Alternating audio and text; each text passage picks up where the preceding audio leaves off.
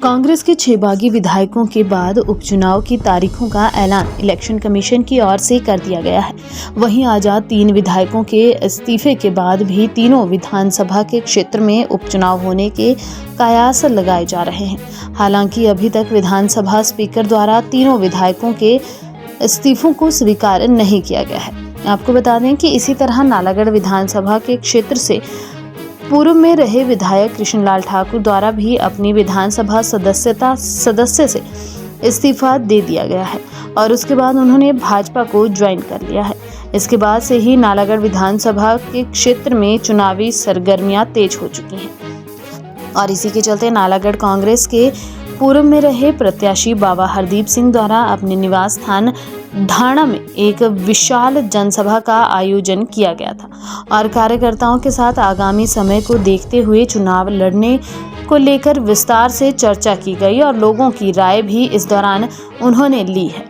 साथ ही उन्होंने जनता को संबोधित किया और आजाद विधायक रहे केएल ठाकुर पर भी जमकर निशाना साधा और उन्होंने विधायक केएल ठाकुर को भाजपा से भारी मात्रा लेकर क्षेत्र की जनता के साथ धोखाधड़ी के भी गंभीर आरोप जड़े। बाबा हरदीप सिंह ने कहा कि लोगों के जनहित के फैसले को कृष्णलाल ठाकुर द्वारा नकारा गया है, जिसको लेकर क्षेत्र की जनता में खासा रोष है।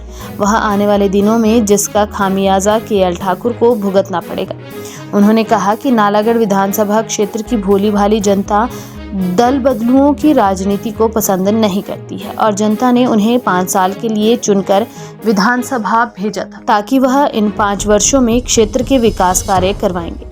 लेकिन उन्होंने अपना विकास करवाने के लिए भाजपा से भारी मात्रा में पैसा लेकर क्षेत्र की जनता को पूरे देश में बदनाम करने की कोशिश की है। उन्होंने कहा कि विधायक को पैसा ही भाजपा द्वारा इतना दिया गया है कि वह बिकने के लिए मजबूर हो गए और उसने अपने आप को बेचकर भाजपा में शामिल होने का फैसला लिया। उन्होंने क्षेत्र की जनता से अपील की है कि वह विधायक ना होते हुए भी क्षेत्र के विकास के लिए दिन रात लगे हुए हैं और अगर उन्हें क्षेत्र की जनता एक बार विधायक के तौर पर चुनकर विधानसभा भेजती है तो क्षेत्र की जनता अंदाजा नहीं लगा सकती कि वह इस क्षेत्र का विकास पूर्व में रहे मंत्री एवं विधायक स्वर्गीय हरिनारायण सिंह की तर्ज पर तीव्र गति से करवाएंगे। उन्होंने कहा कि बाबा हरदीप सिंह के पास एकमात्र नालागढ़ में घर ही है और इसके अलावा उनके यहाँ पर कोई भी कारोबार नहीं है और ना ही वह आने वाले दिनों में अपने कारोबार को लेकर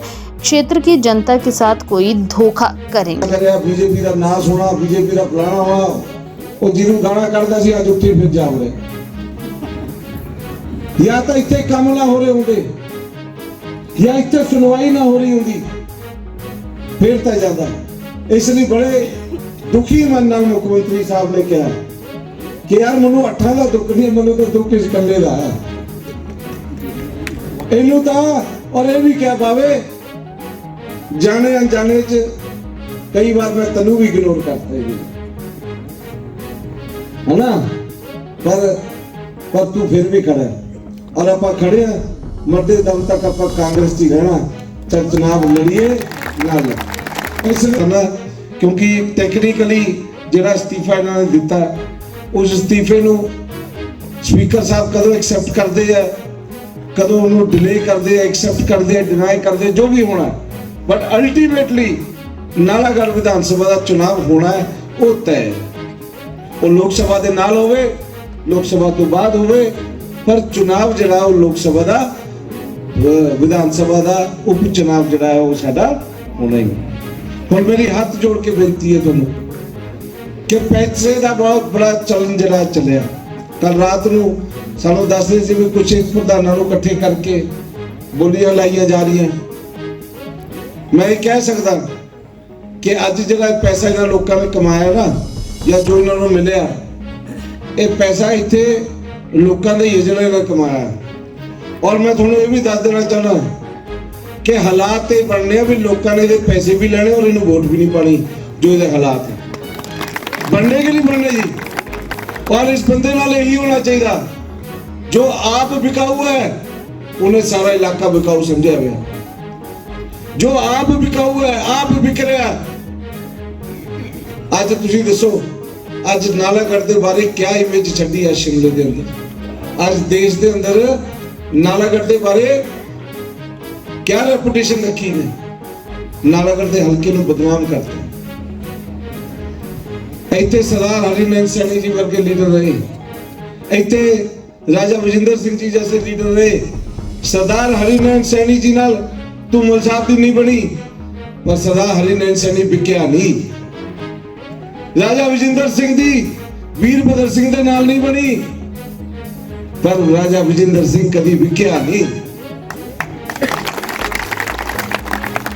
इस बंदे दी तां बनदी भी खूब सी, तां भी विकिया। इसलिए व्यक्ति की पछाण करना वो ਤੁਹਾਡੇ इलाके के लोगों की जिम्मेवारी है। ਤੁਹਾਡੀ जिम्मेवारी है कि तुसी लोगो तुसी पछाण करो कौन आदमी कौन शख्स है जिहड़ा इलाके की भलाई लई काम कर सकता है, कौन शख्स है जिहड़ा निस्वार्थ इलाके की सेवा कर सकता है। उस इलाके नूं मौका देना, उस इलाके नूं अगे लियाउणा इलाके के लोगों का फर्ज है।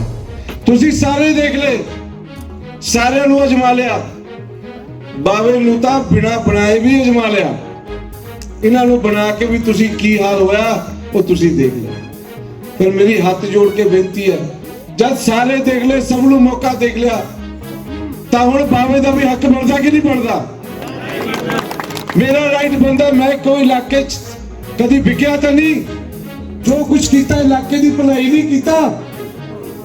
अपना कोई स्वार्थ 1 रुपए का कोई खड़ा होके सभा च भी खड़ा होके कह दे या किते खड़ा होके कह दे कि अपने स्वार्थ नहीं किते इलाके को पीछे रखा हो, तो जे मेरा हक बनता तो भाई मैनू हक मेरा दे दो, नहीं बनता तो भाई मैनू जहर दे दो। इस तो बड़ी गल तो नहीं। इसलिए मेरी थोड़ी बेनती है कि इस इलेक्शन 2 महीने 2 ही महीने है, मैं कला नाल मेरी धर्म पत्नी है। आओ जी, कल्ले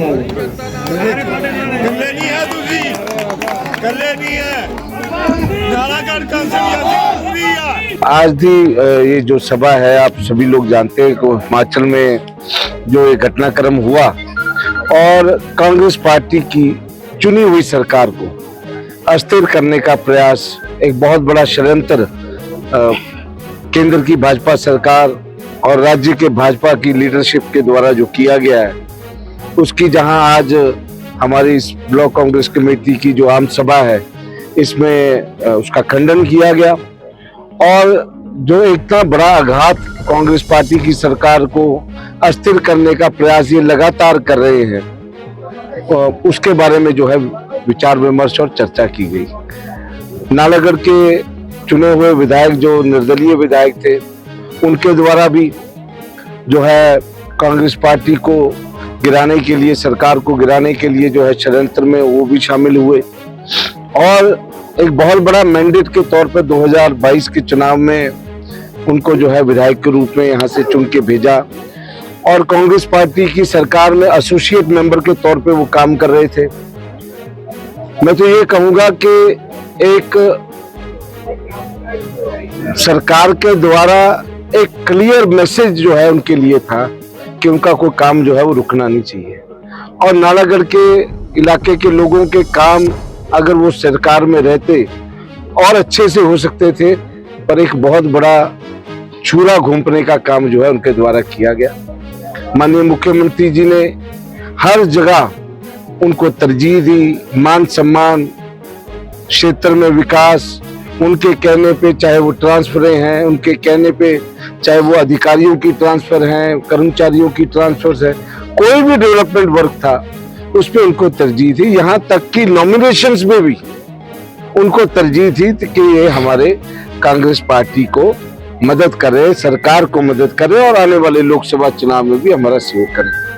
पर इतना बड़ा आघात राज्य लोकसभा में तो क्या करना, उससे पहले राज्यसभा के चुनाव में जो एक क्रॉस वोटिंग करके, शरेआम क्रॉस वोटिंग करके सरकार को स्थिर करने का प्रयास किया, सरकार के कैबिनेट, सरकार के बजट, फाइनेंस बजट को जिस दिन अप्रूव किया जाना था उसमें क्रॉस वोटिंग करने का काम किया, सरकार को स्थिर करने का प्रयास किया। उसके बारे में सभी कांग्रेस जनों ने जो है बहुत दुख जताया और अभी क्योंकि उन्होंने रिजाइन किया और भाजपा को ज्वाइन किया, टेक्निकली उनका रिजाइन कब एक्सेप्ट होता है, डिनाई होता है, डिले होता है, वो तो स्पीकर साहब ने उसके ऊपर कॉल लेनी है।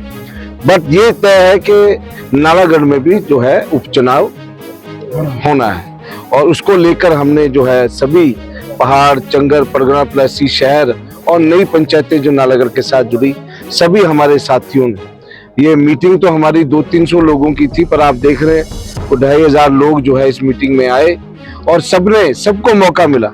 हमारे अध्यक्ष ने कहा कि कोई भी ऐसा कार्यकर्ता जो अपने विचार रखना चाहता है, सब अपने विचार रखे और किस तरीके से आने वाले समय में कांग्रेस पार्टी के उम्मीदवार को यहाँ से जिताना है और सरकार को, सुखविंदर सिंह सुक्खू जी की सरकार को मजबूत करना है। उसके लिए जो है सबने अपनी अपनी राय दी, किस तरीके से बूथ पे काम करना है, किस तरीके से जो है गांव-गांव जाके मौजूदा सरकार की नीतियां, चाहे वो ओपीएस की बात है, उसको लागू करने की बात है, 1500 रुपए जो आज सरकार ने नोटिफाई किए और जिसके सेंट्रल इलेक्शन कमीशन को उसकी जो है वो कंप्लेंट करके वो फॉर्म आज रुकवाए। तो आज मैं तो ये कहना चाहता हूँ, जितनी भी गारंटी है कांग्रेस की सरकार ने चुनाव से पूर्व जो की थी, उन गारंटियों पे काम हो रहा है। चाहे वो ओपीएस की बात हो, वो अपना वादा पूरा किया, 1500 रुपए हर महिला को देने की बात थी, वो अपना वादा पूरा किया और वो 1 अप्रैल से या मई से जो है वो पैसे दिए जाने, उसके ऊपर जो है हम लोगों ने चर्चा की और आने वाले समय में मैं विश्वास दिलाता हूं कि नालागढ़ जो है लोग आने वाले समय में जो है वो नहीं बर्दाश्त करेगी और नालागढ़ में जो इतना बड़ा आघात लोगों के मैंडेट का हुआ है, लोगों के जनहित के फैसले को जो लोगों ने आजाद विधायक को चुन के भेजा था, उस ना लोगों में चर्चा है। अगर कोई पार्टी में आए तो उससे तो मजबूती मिलेगी। हमें किसी आने या जाने से ना तो हमने किसी को भेजा, ना हम किसी को आने से रोक रहे हैं। तो गया तो अपनी मर्जी से, अगर आएगा तो अपनी मर्जी से, आएगा तो स्वागत करेंगे, जाएगा तो सत श्री अकाल करेंगे। काम हमारा क्षेत्र का जो है वो जारी रहेगा। कांग्रेस पार्टी जो है, किसी को, हमारी सोच नहीं है कि किसी को आने से जाने से हम लोग रोके। जिसने आना है वो आए, जिसने जाना है वो जाए, पर कांग्रेस पार्टी का वर्कर कांग्रेस पार्टी की सरकार को मजबूती प्रदान करने का काम करेगा।